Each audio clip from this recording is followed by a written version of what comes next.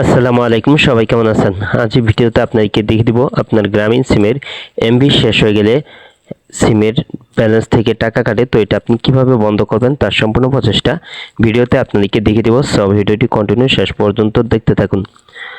তো এখন কিন্তু আপনার গ্রামীণ সিমের এমবি শেষ হয়ে গেলেও কিন্তু সিমের মূল অ্যাকাউন্ট ব্যালেন্স থেকে কিন্তু কোন ধরনের টাকা কাটবে না। তো এর জন্য একটি সেটিংস আপনার বন্ধ করতে হবে। তো সেটিংসটি কীভাবে বন্ধ করবেন এখন দেখিয়ে দিচ্ছি।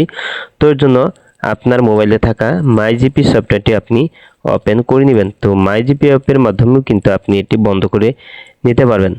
তো এখানে যদি আপনার লগ ইন করা না থাকে তাহলে অবশ্যই আপনার জিপি নাম্বার দিয়ে এখানে আপনি মাই জিপি অ্যাপে লগ ইন করে নেবেন। তো লগ ইন করার পর এখানে হোম পেজে এখানে দেখতে পাচ্ছেন এই যে 0 MB দেখাচ্ছে। তো আপনার এখানে ইন্টারনেট ব্যালেন্সের উপর আপনি টাচ করে দিবেন। তারপর এখানে আছে দেখতে পাচ্ছেন পে এস ইউগো, এখানে দেখতে পাচ্ছেন সেটিংসটা এখানে চালু দেখাচ্ছে। তো এখানে আপনার দেখতে পাচ্ছেন এই যে ইউজ মোবাইল ব্যালেন্স 1 টাকা 39 পয়সা এমবি, প্রতি এমবির জন্য 1 টাকা 39 পয়সা কিন্তু চার্জ কাটবে, এই সেটিংটা যদি আপনার চালু করা থাকে। তো এটি বন্ধ করার জন্য আপনি এখানে টাচ করে দিবেন। তারপর এখানে নিচে আছে ইয়েস টার্ন অফ নাও, এখানে টাচ করে দিলে কিন্তু আপনার এই সেটিংসটা কিন্তু বন্ধ হয়ে যাবে। তো বন্ধ হয়ে গেলে কিন্তু আপনার ইন্টারনেট ব্যালেন্স শেষ হয়ে গেলে কিন্তু আপনি আর নেট চালাতে পারবেন না।